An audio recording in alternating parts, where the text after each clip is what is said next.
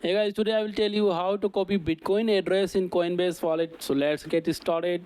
So first what you need to do is open the Coinbase application on your mobile device. Locate and tap the 9-dot menu icon found in the top left corner of your screen.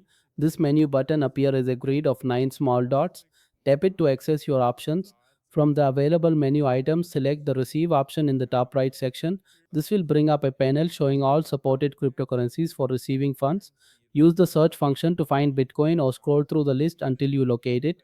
Tap on Bitcoin to select it as your desired cryptocurrency for receiving funds. Your unique Bitcoin wallet address will now appear along with its corresponding QR code.